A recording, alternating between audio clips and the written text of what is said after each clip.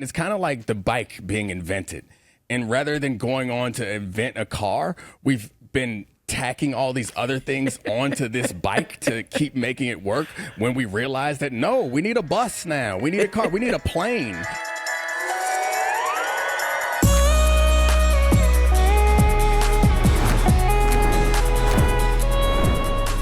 Welcome to Assembly Required with Stacey Abrams from Crooked Media. I'm your host, Stacey Abrams. The 2024 Olympic Games are now behind us, a quadrennial reminder that the genetic lottery is real and some people can actually fly. I had the incredible opportunity to attend part of the Paris Olympics through a program with Nike. No, I did not see Snoop or Martha, but I did get a chance to watch Noah Lyles lean in with his whole chest. I got to cheer for U.S. beach volleyball under the Eiffel Tower. And just to be clear, I'm 100% team Jordan deserves her medal. She was extraordinary. I got to see her. Watching the Olympics reminds me so much of how sports shapes how we see our world, how we see ourselves. In this episode, we're going to dive into a topic that's been a game changer in the world of college sports and social media shorthand: name, image, and likeness, or NIL. Some of you may be asking yourselves, on a show about how we dissect public policy issues and solve for change, why would collegiate athletics be a critical issue? Well, to paraphrase an oldie but goodie, it's the economy, friends. Kids head off to college to prepare to earn a living, and for decades, athletically gifted students have been the source of lucrative earnings for everyone but themselves. To put this in context, collegiate athletics is a business, by the way, that collectively generates $1.3 billion in revenue every single year. Billions of dollars generated by workers who don't see much in the way of wages or ownership. Does that sound familiar? The tensions in college sports reflect a broader discussion about labor rights, representation, gender parity, capitalism, and fundamentally about self-determination. And because we can't solve everything everywhere all at once, we're going to start our conversation about these major constructs with the transformation that is NIL right here. First, let's talk about what NIL actually means. Again, in the simplest terms, NIL stands for name, image, and likeness. These are three elements of a person's identity that can be used for commercial purposes. I tell you that as a former lawyer. So think about the athletes on your screens, on billboards, or the ones promoting products on social media. In the past, college athletes were prohibited from profiting from their NIL while still playing for their school. This meant that despite generating billions of dollars in revenue for universities, for television networks, and the NCAA, student athletes couldn't make money off of their own name, image, or likeness. Now, this all started to change in 2019 when California passed the Fair Pay to Play Act. College sports is a multi-billion-dollar industry, but student athletes are prohibited by the NCAA from getting anything more than a scholarship for their effort. California might be about to change that. My name is Nancy Skinner. I'm a state senator from California, and I have introduced a bill which would give college athletes the right to their name, image, and likeness. So, NCAA, national organization. But this law was a state law, and it was groundbreaking because it allowed college athletes in California to sign endorsement deals and to, for the first time, profit from their name, image, and likeness without losing their eligibility to play. Soon, other states followed, and pressure mounted on the NCAA to change its rules. By 2021, the groundswell of state actions forced the NCAA, who had long denied these rights on the grounds of amateurism, to give all athletes across all college sports those NIL rights. Look, this was a major shift in the landscape of college sports, but it didn't come without challenges and complexities. Why is NIL important? Proponents will tell you it's a matter of fairness and equity. College athletes, particularly in high-profile sports like football and basketball, generate significant revenue for their schools. Yet for decades, they couldn't share in the profits. The NIL policy corrects this imbalance by allowing students to earn money through endorsements, sponsorships, social media deals, and more. This new fiscal model will require radical changes to the ways in which the NCAA and its power conferences operate, but it will benefit student athletes. For women in athletics, it also changes how their sports are valued at schools that observe Title IX, but don't necessarily give it or them the respect they deserve. However, NIL also has significant implications for governance and implementation, especially as the law rushes to catch up with those taking advantage of a new reality. There are questions about how to regulate NIL deals and who should do it. In particular, how do we ensure that this new wild west of endorsements doesn't create unfair advantages for certain schools or lead to the exploitation of young athletes? Plus, there are tax implications of NIL earnings, the question of the role of agents, and how to protect student athletes from unscrupulous businesses. As NIL takes off, state and federal laws need to catch up. So do the NCAA and its power conferences, as Big Ten Commissioner Tony Petitti is well aware. In this new model, student athletes will have sort of three areas that they can take advantage of. They'll still retain their scholarships, the academic benefits, the connection to academics that's vitally important. They'll be able to receive direct compensation, from their institutions. And third, they'll be able to capitalize on NIL to the extent that their NIL rights have value either locally or nationally. But we've got to build that model, and that's going to require change and a tremendous amount of collaboration. And then there's looking back. For students who contributed to the bottom line for years without directly receiving compensation, the next question is one of remediation. As of July, legal counsel representing thousands of Division I athletes came together with the NCAA's Power 5 conferences to file detailed terms of an antitrust lawsuit with the potential to reshape the business of college sports. And as part of the settlement, the NCAA must distribute damages to past athletes as well as current ones. One of the first moves is outlining the particulars on how former athletes will share in $2.78 billion in damages that the NCAA has agreed to pay, and the framework of a new system for revenue sharing. NIL is reshaping the power dynamics in college sports. It is giving athletes more control over their own futures, and it's forcing institutions and governing bodies to rethink how they operate. For instance, some schools are now offering NIL education programs, teaching athletes about contracts, financial management, and brand building. This intersection of education and sports is a new frontier in public policy because it has implications for how we think about the business of sports and the fundamental necessity of education. And as we know, this is going to continue to evolve. But whenever money enters the equation, so too do questions of who gains an advantage and who tries to take back power. So, how can NIL lead to a transformation of labor rights and opportunity without compromising young people at the start of their careers? On today's episode, we'll be joined by Domonique Foxworth, retired NFL cornerback, who served as both the NFL Players Association president and chief operating officer of the National Basketball Players Association. With him, we will explore what that road ahead looks like for student athletes across the NCAA. We'll also discuss the Dartmouth men's basketball team's decision to unionize in order to collectively bargain for salary, health insurance, and travel arrangements. Next, we'll chat with Chicago Sky forward and Women's National Basketball Player Association Vice President Brianna Turner about how NIL is opening up opportunities for women in sports, what she learned from the WNBPA negotiations a few years ago, and what it will take to make sports more equitable for women in college as they see expanded opportunity to head into the pros. For those of you watching on YouTube, you may notice that I suddenly look a little different. That's because we're recording with Domonique on a different day. Domonique Foxworth, welcome to Assembly Required. Thank you so much for having me. Thank you. Okay, so let's take a moment in the Wayback Machine. You're a high school senior. Where are you choosing to attend college and why? Well, I chose the University of Maryland, and I chose it honestly because they weren't that good. And I thought, being the arrogant high school player I was, that I would go there and start right away, and that would be the best place for my career. And so tell me what happened.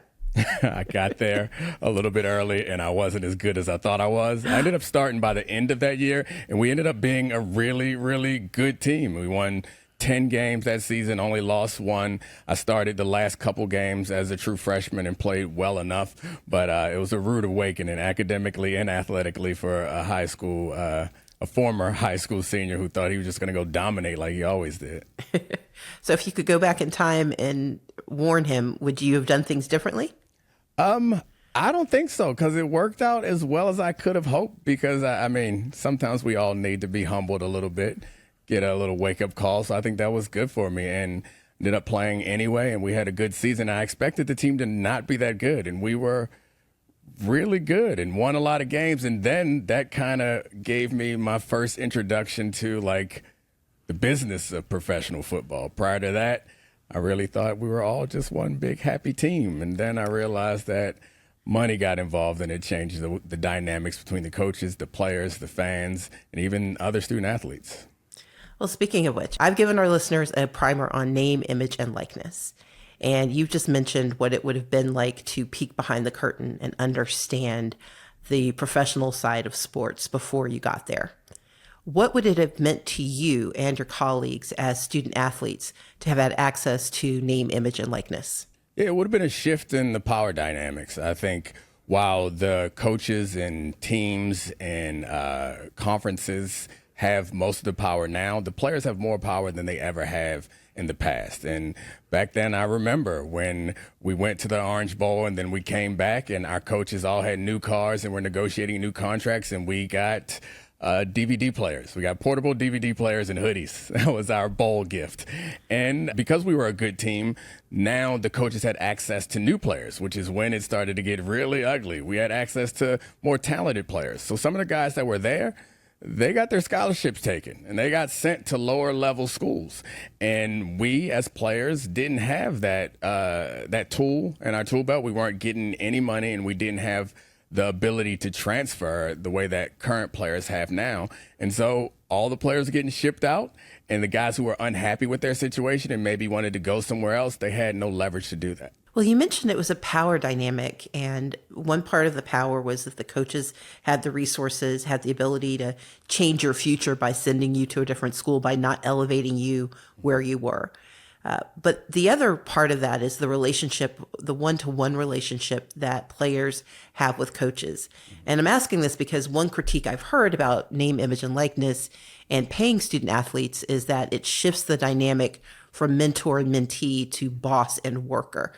Given those dynamics, talk to me a little bit about what it would have meant to you as a young player who came in a little cocky, had to sort of figure out where he fit in, but was part of a growing power team. What would it have meant for you in terms of the dynamic between you and your coaches? Yeah, I think that whoever would say that it shifts, that the name, image, and likeness now shifts it from mentor to mentee to employer and employee, I think has not participated as an athlete, because it's always been employer-employee. The power dynamics were always that of a boss and laborers.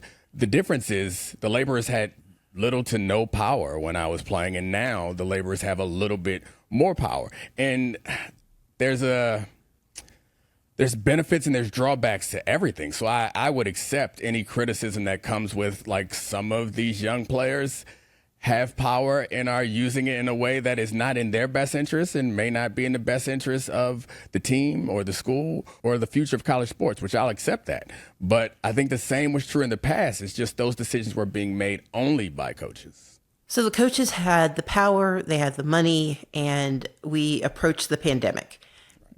Then we start to hear conversations about NIL legislation. It's being pushed forward at the state legislative level. Student athletes are starting to get excited because there seems to be a tension. What were your hopes for student athletes in college sports as NIL legislation started to be pushed forward? Yeah, my hope was that they could finally reap some of the benefits that they deserved. I think the complexity of the college sports system is such that the revenue is largely generated by football and a little bit by basketball.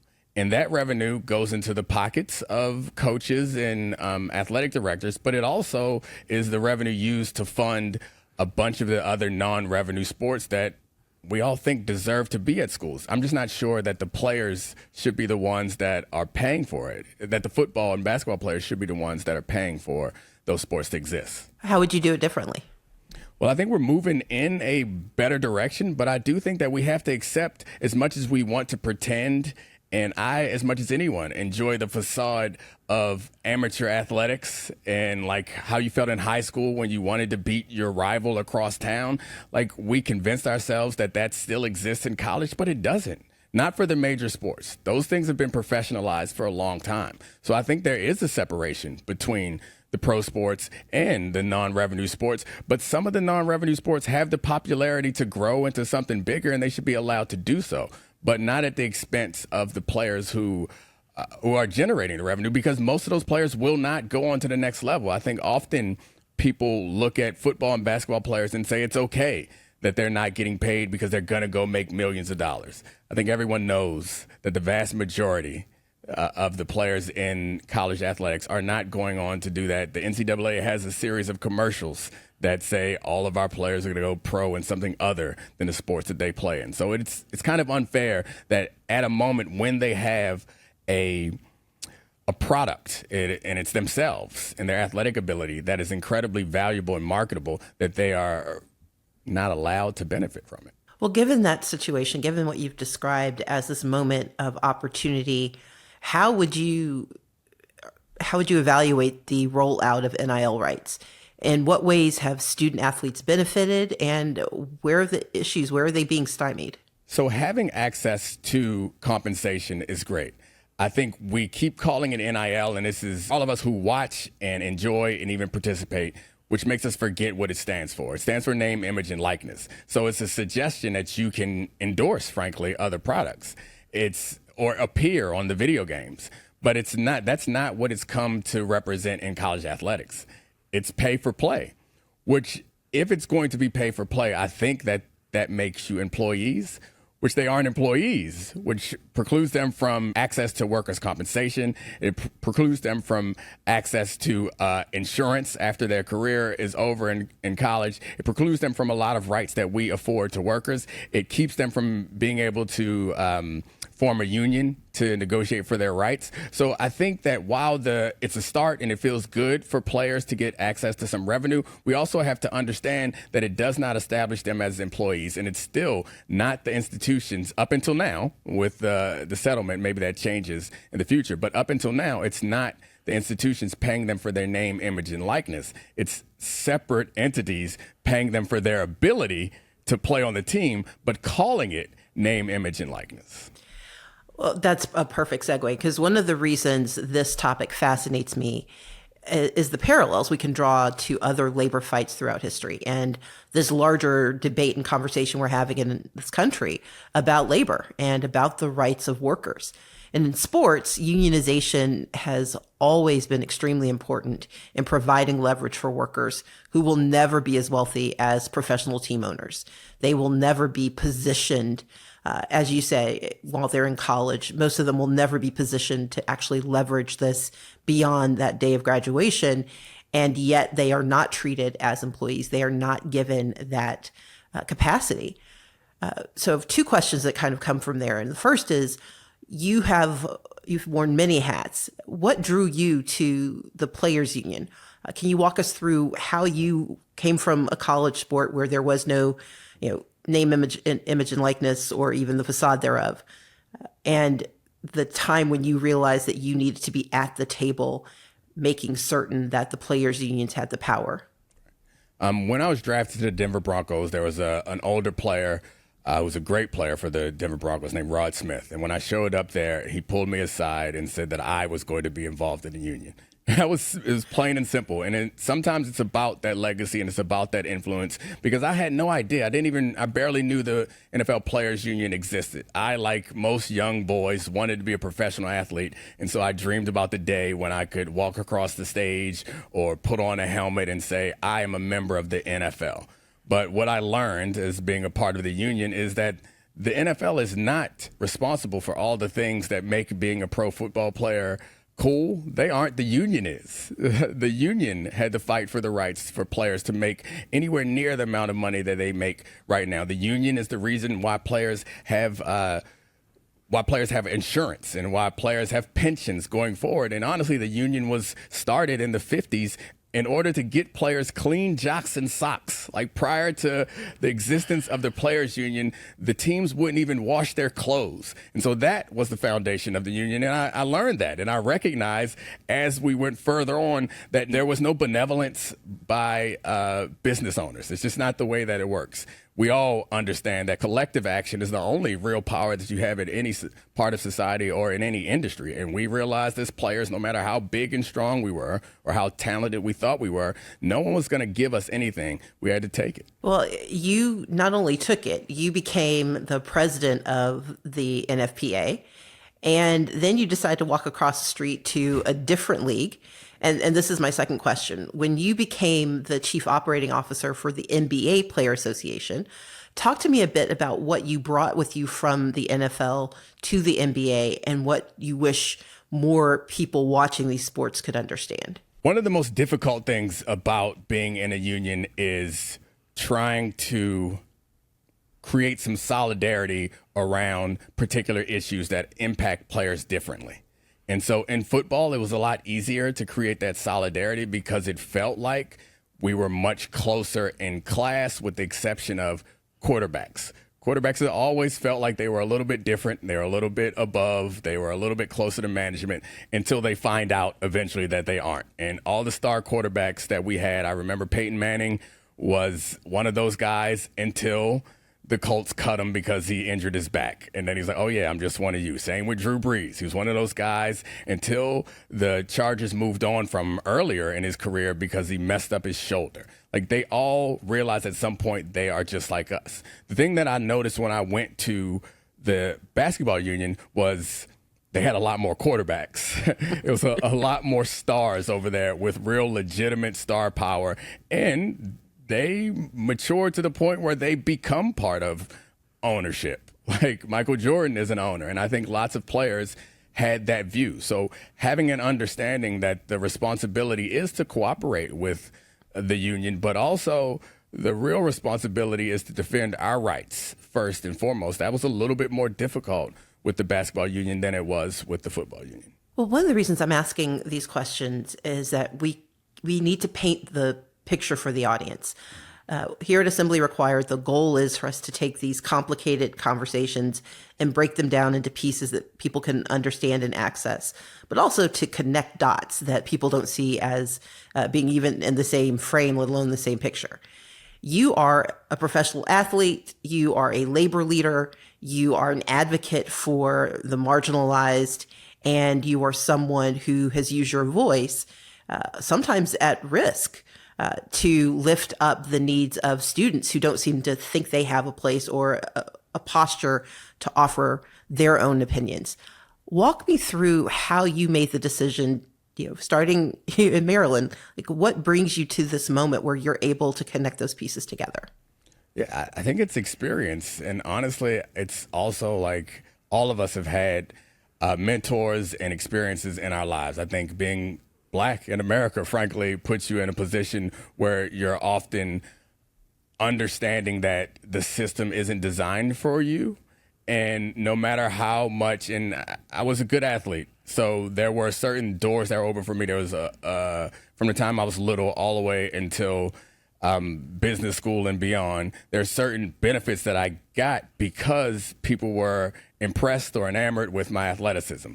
But I would never, ever, and my parents are to thank for this, I would never, ever forget that there are parts of society and individuals in society that will make things more challenging for me. And life, in some ways, is going to be more challenging for me and for other people who are from other marginalized groups. So like for women and for Black men and immigrants and all those people, like I recognize myself as more a part of that than any other institution that would allow me in. At no point did I feel like, oh yeah, I'm now on the other side. I now have enough money to not be persecute. I now have the degree to put me in a position to not have hurdles to clear. I never felt that. And I think that was from the time I was little to the time all these jobs that I've had and all these opportunities. I always kind of felt like part of the people who needed collective action to get the rights that you felt you deserved.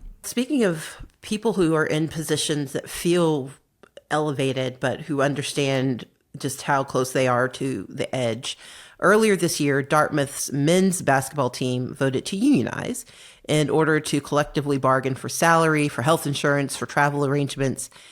Is that a move in the right direction for college athletes? And what does it say to you that this started at Dartmouth? Yeah, so I absolutely think that it is a move in the right direction because it gives players a voice and it gives student athletes a voice. I think we have to be honest about the differences at all these institutions. I think there are some places where it is going to be becoming employees and forming a union is not going to be the right answer for every school, because if there is no revenue to be generated, then you consider yourself an employee and you will get taxed on your scholarship if that is considered compensation, but your school is not necessarily generating revenue. So I think for some of those places, this might be a complicating factor. But for the players who are in sports that generate quite a bit of revenue, I think it's incredibly important for them to have a place at the table. I think it's a mistake to believe that we can construct a system that's going to function perfectly. The way I think we come to any well-functioning institutions or systems in society is about having equal power on all sides. And it's kind of a natural selection. It's like you don't get to design the right system. The system designs itself because there are 2 or 3 or 4 or 5 entities with equal power brushing up against each other until they get a smooth running system, if that makes sense. No, it makes complete sense. How do you situate this decision, this unionization decision at Dartmouth, and the work that you've done, when you look at what's happened in the last few years, the unionization of the Volkswagen plant in Tennessee, or the 2020 WNBPA collective bargaining agreement for the players in the WNBA, when you hear about what's happening with labor, what do you think about what this means for the advance of labor rights? Are we in a new moment? Are we where we've always been? It just looks a little brighter, but we'll blink and it's gone. Where do you fit yourself on the spectrum of optimism?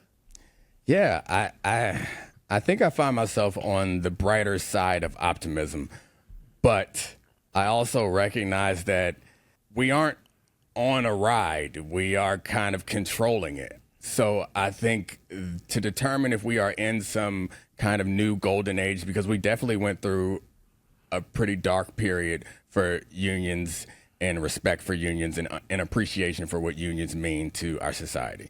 But I do think that we're at a point where there's an opportunity that not only in sports, but as you mentioned, like the Volkswagen Union and beyond, that there's an opportunity for us to reappreciate, I guess, the history of unions and the benefit that they provide to us, the workers, like not the capital, but the employees in our society. Well, speaking of that, labor unions have long grappled with disparities of race and gender in region. Sometimes they do a good job. Sometimes they do a very poor job. What are the challenges and the opportunities you see for workers and unions with the entry of student athletes into the labor conversation? How does that change the dynamic? How does that start to change the dialogue? I think the disparities will always exist. The disparities are lessened when you give power to the powerless. And I think unionization is fundamentally, that's the point of unionization. Unfortunately, within those unions, the disparity is still going to exist. Understanding how Title IX is going to be impacted by the future of unions is a huge question. I'm not under the illusion that because we give power to certain groups that it's automatically going to be a perfect system. I think it's something that you have to keep working on and keep fighting for. And those issues are gonna pop up. That unfortunately is often a tactic used is whataboutism when we have these conversations about what's going to about the next step, the question then becomes, what about what happens to these sports? Or what about what happens to these people?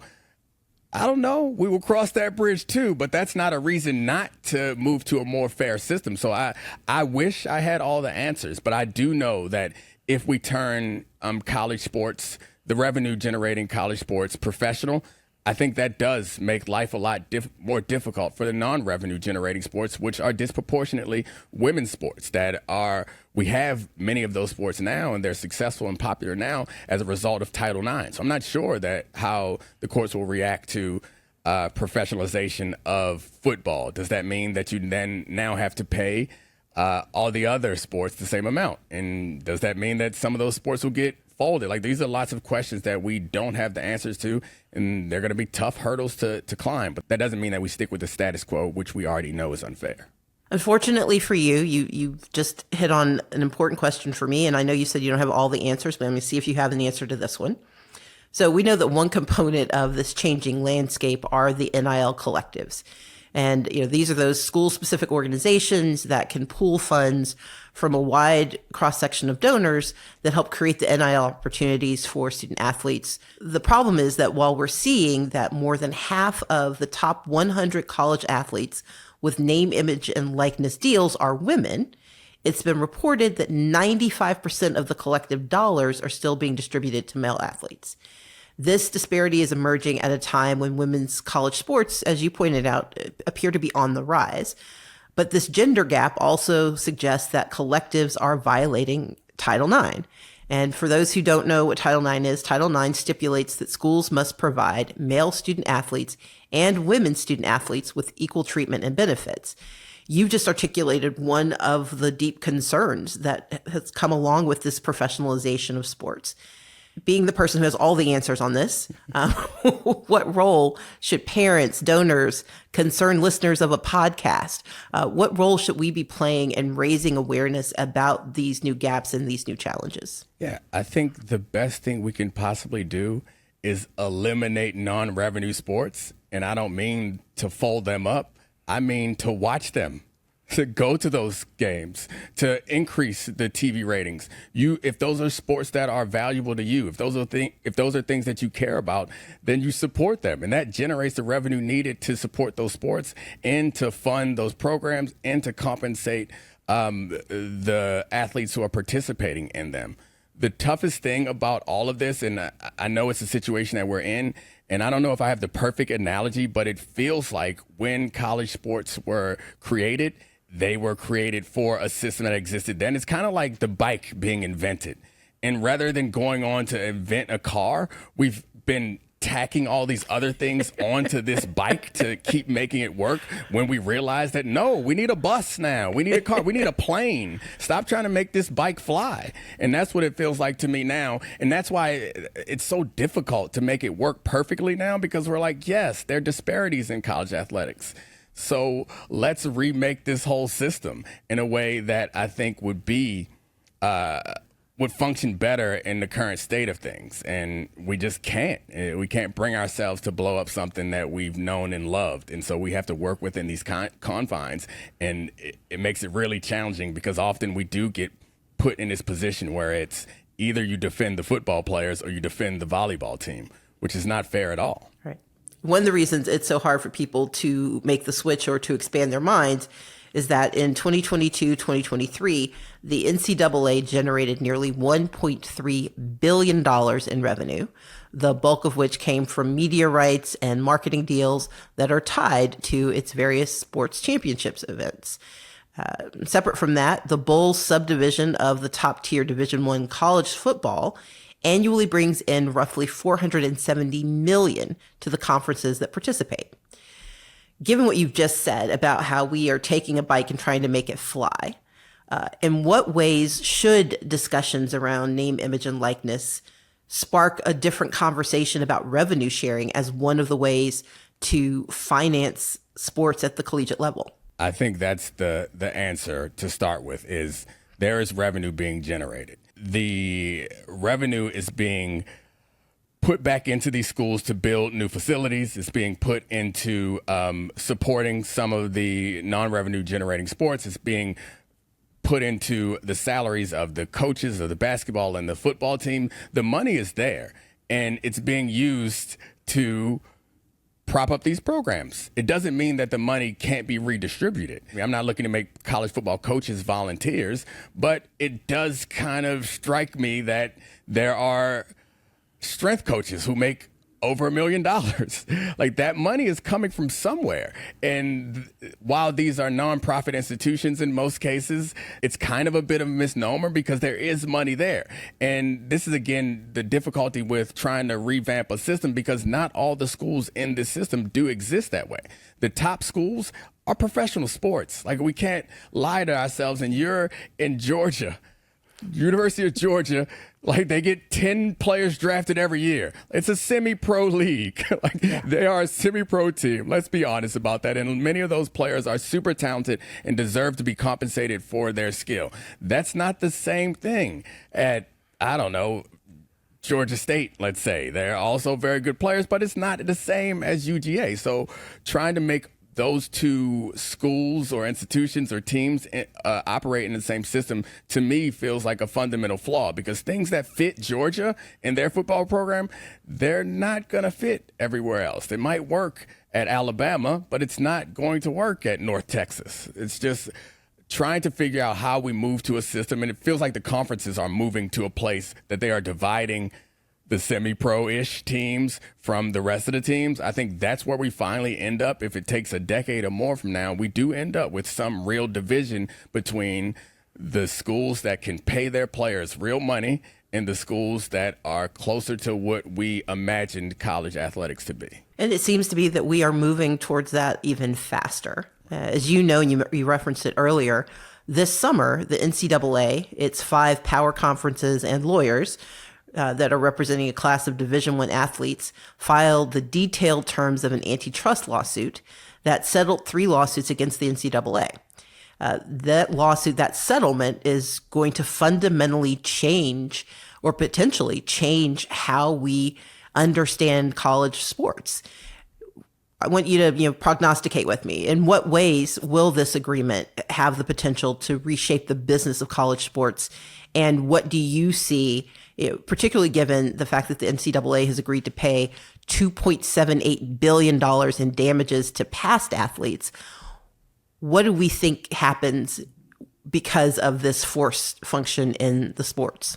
Well, if the settlement is instituted, I do think that it will level the playing field for some of the top schools. So NIL was allowed, and then it became kind of a Wild West where you could raise as much money as you could and you could spend as much money as you could. And the teams that were best at raising money could get the best players.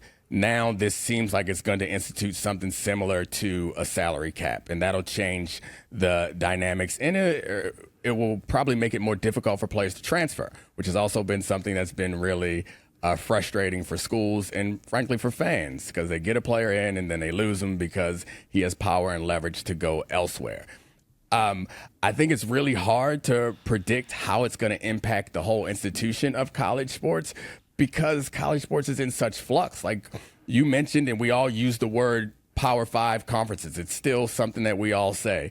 But I'm not sure that it's even true anymore, because one of those conferences that we consider Power 5 lost all but 2 of their teams last year. Yeah, the Pac-10, which at one point is Pac-12, is now the Pac-2. And so there are teams running around from conference to conference to be able to get access to more and more of the TV money, which is really what's driving them, which is why conferences that have regional titles end up having teams that are no longer in that region, because it's about getting access to new TV markets. The school I went to, University of Maryland, I think it was in 2010, joined the Big Ten and was in the Atlantic Coast Conference. We don't play any of the teams that I played when I was there. And the reason why we joined the Big Ten was not because Maryland's some big football power. It's because Big Ten wanted access to the Mid-Atlantic TV market. Yep. And that is how professional sports organizations operate. It's really hard for me to know what the future is going to look like when I have no idea even where the teams are going to be or what conference they're going to belong to. So I'm sorry, I let you down. You did not let me down, but I'm gonna give you one more shot at it. Okay. Okay. So you can't tell the future, but you can give advice. You have been an eloquent and stalwart champion for labor, for people who need support, for people who need their voices heard. And for those listening to this podcast and others who are watching all of this unfold, as you said, this is not going to be linear. We don't know what's coming, but we do know what's happening right now. We've got student athletes who are in flux, and they have questions. They don't always have answers, and sometimes they don't even know which questions to ask. I'm a tax attorney, and when you raise the issue of taxing their scholarships, like, there are real questions that are out there. For those who are paying attention and want to do something, for the students that are athletes now, and for the professionals that they may or may not become, what should we be doing to support them? I think the most important thing is the thing we talked about earlier, is to support the sports, support all the sports. I think the more that we can give power to the athletes by showing that we care and we appreciate what they're doing, that's the more power that they have. The system is going to change. And when we look up and the powers that be recognize that we're showing up because we want to see our daughters play basketball, because we want to see our daughters play softball, because we want to see our sons play lacrosse or tennis or basketball or football, that's why we're here. They're the people that we care about. Those are the people who have the power. We're not showing up to see athletic directors play chess against school presidents. You guys aren't important. We aren't showing up to see the logos on the side of the helmets. We're showing up because these talented young people are willing to put their bodies on the line in order to entertain us, and we enjoy and appreciate it. I think that is the easiest thing to do. Show up and watch it, support it, talk about it, give them power, and recognize that they are human. I think that happens often in our entertainment, especially when it's physical labor, is you forget, and it's easy for us to forget that these are people under those helmets. It's not just our result, and they are kids in many cases, or young adults. And when things go poorly, it's easy for us to say not nice things about the players who we blame for that situation. But understand that these are people that are doing the best that they can in the same way that you are in the job that you may have. Dominique Foxworth, you are redeemed. That was the perfect answer, and I appreciate it. Thank you so much for joining us here at Assembly Required. Thank you so much. Brianna Turner, welcome to Assembly Required. Thank you for having me. Well, one of the reasons I wanted to have you join this conversation is that you are not much older than a lot of the young women who are playing ball today. And yet there is a new reality known as NIL, name, image, likeness. And there have been recent decisions about how young players who are still in college get to make choices about their lives, and particularly about money. More than that, there are recent decisions about revenue sharing between schools and players, and that's been described as the end of the NCAA's amateurism model. This is something that dates back to 1906. I want you to think about yourself as that young player who is firmly committed to basketball, no lacrosse for you. But how would the fact that you could make as much money, if not more than your coach, have affected your training as a basketball player? I think it could have affected it tremendously. I mean, the majority of college kids do not go pro. So you're trying to maximize your 4 or 5 years in college to make the most out of it, to set yourself up for post-graduation. So I think NIL definitely makes you have like a second thought, or think about, well, what is this school offering? What is this school offering? What does this NIL collective have? So it makes a lot more hard decisions going into that college process. Do you think it would have changed the dynamic between you and your coach? Yes and no. I've played under Coach McGraw, Muffin McGraw at Notre Dame, and she influenced me heavily. But I think that with her, she would really have like a system in place or a staff member in place to help us kind of navigate that, from everything from the taxes to making sure we're having good deals to how the agents work. So I think that she really helped guide us as student athletes during the process. So I want you to think a little bit ahead now. As you pointed out, this is brand new. NIL didn't exist when you were in school. Can you think a little bit about the evolution this will have on sports, especially for women who already face very unique challenges in the arena? I kind of see it going both ways. I mean, before women athletes weren't getting the same amount of coverage as male athletes. But I think with NIL, these companies are tapping into like the power of women and just the social media and women and seeing that we can invest in women, we can showcase women. So I definitely see it both ways, that I'm seeing more women being partnered with these various brands, from insurance companies to clothing brands. So I think it is kind of cool to see an area that when I was in school, it would have really been reserved for male athletes, seeing female athletes getting some of the same publicity. So you attended Notre Dame, which, a few people may have heard of. But, there's a very real concern about whether NIL will crowd out smaller schools that are in pursuit of talent. Basically, one of the dangers is that colleges can essentially buy access to the best players. The worry then is that it phases out schools that don't have deep pockets or strong boosters, and that it makes what is already a competitive playing field even more uneven. Do you think this is a legitimate worry? I 100% think it's legitimate. I mean, even looking out at the college landscape, you see all the conferences are changing now. You have kids literally playing across the country. So I definitely think it does phase out some of their smaller schools that don't have the capacity to like pay these athletes or promise them cars and apartments and all these other luxuries. So I think it definitely does create a huge imbalance amongst the different schools. Why should we care? We should care because if you think about like how the NCAA was founded on student athletes, on students pursuing education and also trying to excel the best they can in their sport in those 4 years. And we should care because are we watching student athletes? Are we watching amateurs? Are we pushing the pros in college? So I think it's definitely teetering that line of amateurization versus the professional aspects of college athletics. So you have the opportunity to be, for 1 hour or for the next 37 seconds, you are the advisor to all people. What do you want them to have top of mind when they're making decisions about NIL and how we think about college sports? That is honestly so hard because, like you said, it is so new. But I think for student athletes, you have to keep the main thing. And yeah, people can promise you X, Y, Z, but you have to also think about who you're going to be around. What happens if your coach leaves? What happens if your school changes conferences? So of course, yes, you're chasing the money, but you also have to realize you got to think about yourself and the relationships you build and what are you even pursuing your college degree in? Because if you're 18, you got all this money, it might be nice to go out and buy designer this and designer that, but you got to think about adult things like, okay, how do I pay my rent? What do my taxes look like? What does this money look like? Can I invest it? So I think it's going to take a huge learning curve, and it's going to take a lot of minds coming together to solve it. You did pretty good for having 37 seconds to fix everything. Look, one of the reasons I wanted to have this conversation, this show is about how we solve big problems, but also how we approach the pieces of those problems so we understand it. And embedded in the conversation of NIL is a conversation about labor. There's a conversation about gender parity.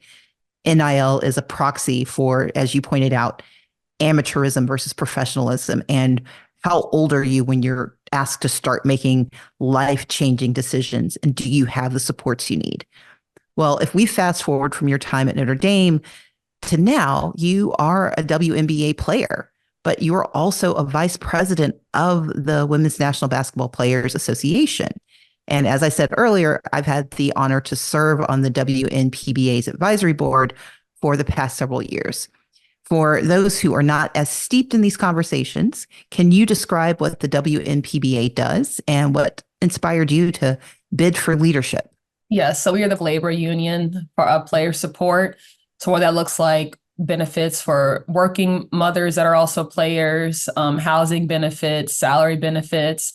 So kind of like all the behind the scenes stuff for our contracts to run smoothly. Well, as I said, today's episode is focusing on how NIL is part of this national dialogue about economic access, about gender parity, about labor rights. And you've been on the front lines of this as part of the WNPBA. And as you just mentioned, It's all the behind the scenes. It's the fine print. Viewers get to see the games, but your job is to help think about the women who are doing this work. Can you talk a little bit about the lessons that the union learned from the 2020 negotiations that secured a 7-year contract that was unlike anything that WNBA had seen before? I think we kind of saw that people are watching, that we have value as a product and that people want to see the WNBA. And so we have rights and we can kind of fight more for what we want as players because the product is there, the support is there, the fans are there. So we kind of have like a chip on our shoulders that, hey, like this is something that's valued. This is something that people want to see. So like we can fight for things we also want behind the scenes as well. Part of the NIL experience are NIL collectives. And those collectives basically allow the aggregation of monies and deals and opportunities. And so you have NIL collectives that are usually at those schools. And then you have endorsement deals that come individually, usually to players. And they're both emerging in the past few years very quickly and without a lot of structure. And unfortunately, from my vantage point, it seems to me that these collectives and these deals are replicating some of the past disparities that you and the WNPBA have fought so hard to address. Think about your experiences both in college and what you're fighting for now.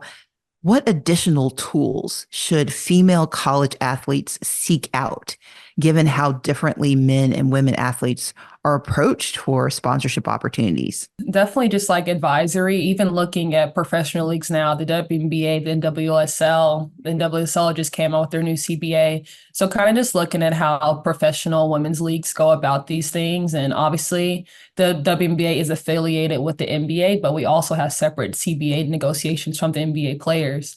So I think it is a lot to look at from a marketing perspective or from a player perspective. But at the end of the day, like women athletes, we do not have the same opportunities, income levels, and across the board as male athletes. So it definitely is taking a deeper look at those things and seeing like where do women athletes fit in? At the end of the day, like a lot of these things are made with like the male athletes as the base, as like the end all be all. So it's kind of also just like carving out that space for women athletes to see how we fit in along with the product as well.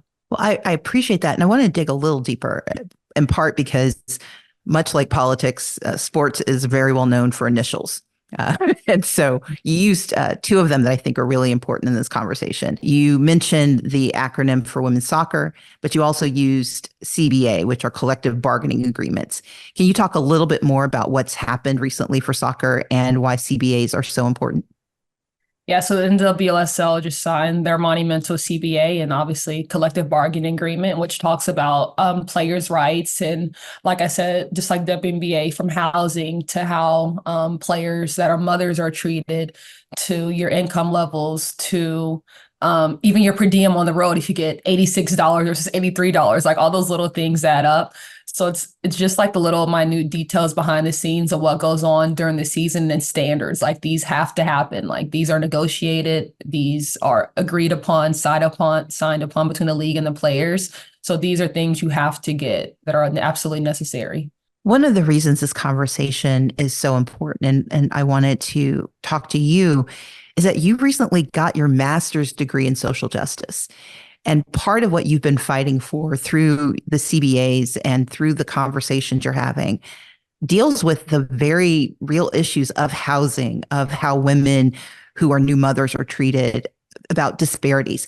Can you talk a little bit about what led you to go after that master's degree and how you see it playing a role in the work that you're doing for your teammates? Yeah, I've always been interested in social justice and human rights, and I saw everything just going on in this country, in this world. I wanted to have like a deeper understanding. Obviously, you see a lot on social media, but obviously I don't want to get my like facts from social media.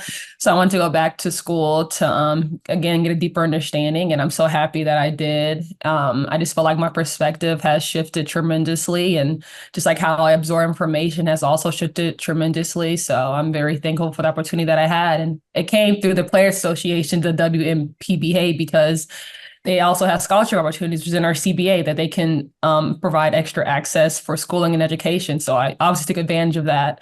and I was able to complete my master's degree.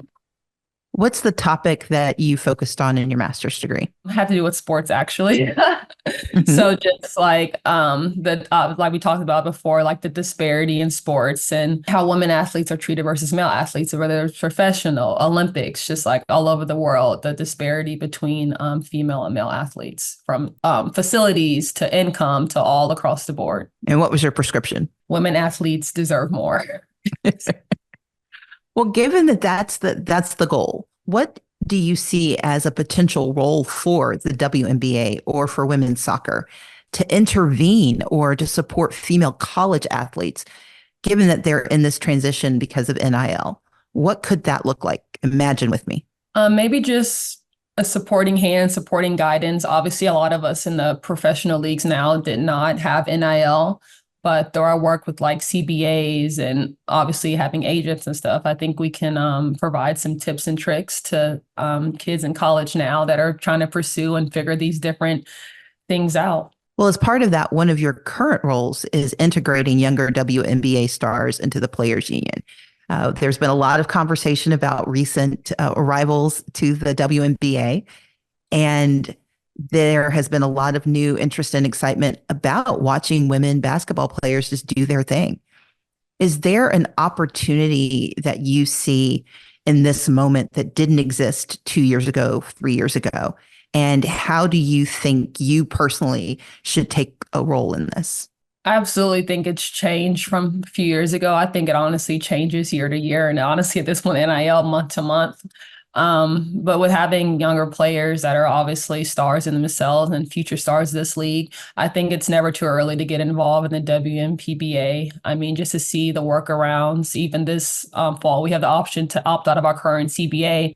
But as a league, everyone has a vote. I have the same vote as our rookies, as a rookie cross league. Everyone gets one vote, and we're in it together or out of it together. So it involves not just teamwork within your own teams, but really teamwork across the league, because as players, we unite as one team as we look at the future of our CBA. So how do you think about this issue, given your interest in social justice, the manifestation of NIL? What happens to players who are in sports without professional associations, who don't have Brianna Turner at the WNPBA speaking up, who don't necessarily know what their rights are? They don't even know what to ask for. What do you think the work should be done, should look like for those players?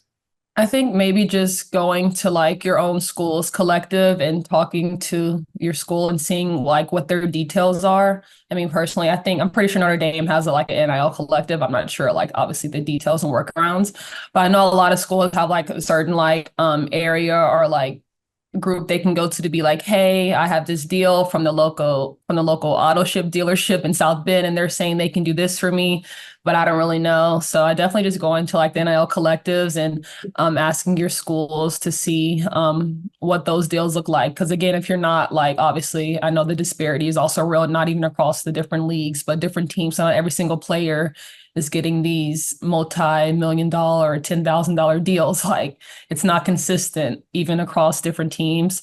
So I think just definitely going to their NIL collectives at their school and asking for advice and guidance would definitely be helpful. So you and I first met during the 2020 election cycle. And recently we met again when the WNBA announced a new voting rights initiative. Can you talk a little bit about the new initiative and about how you see this current political moment? Yeah, so the WNBPA has partnered with Rock the Vote, which allows Americans to check their voter registration status, check the local polling spots, even register to vote. So I think it's just a great way. Obviously, our summer leads into the fall, which is election time. So we want all of our fans to stay up to date and making sure they're registered to vote and knowing their voting rights, their polling places, because we don't want to get to election day and people are confused about where to go. So we know we can use this time to spread the word to all the fans that come across this summer. Awesome. So I'm going to wrap up with two quick questions for you. So the first one is, this is a show about connecting the dots, about taking things that seem disparate and distant from each other and pulling them together. You do that through not only your work as a leader in the league, but you do that in your personal life and your public life.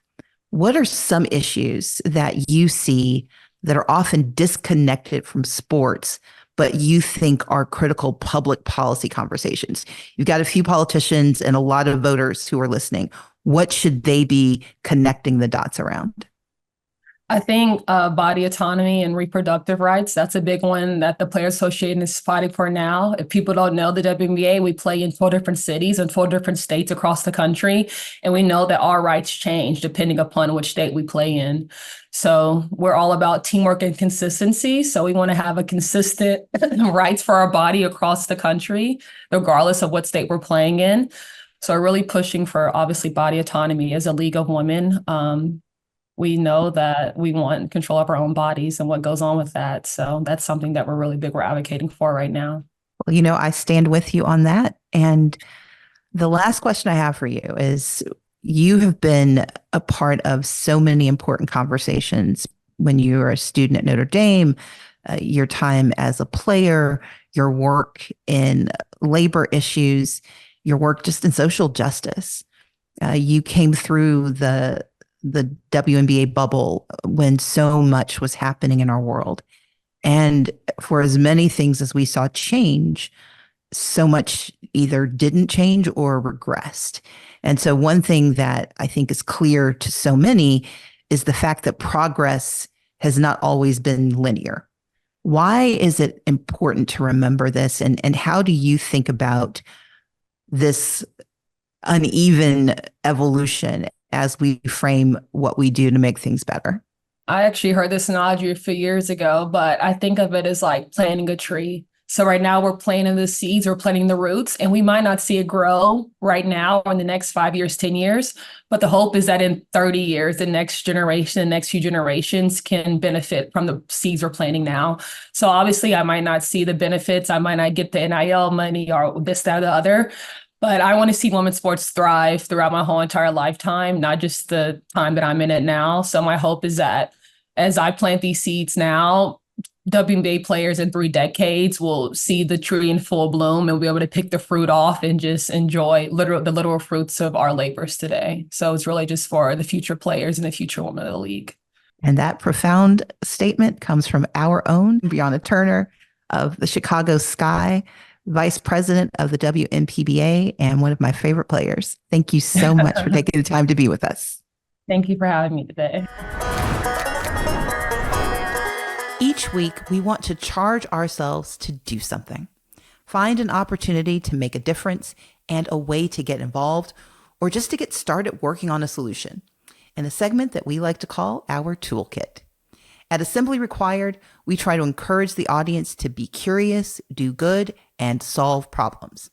So, if you're curious, I'd invite you to check out the documentary Women of Troy, which chronicles the 1980s USC women's basketball team that shook up the NCAA and influenced the formation of the WNBA.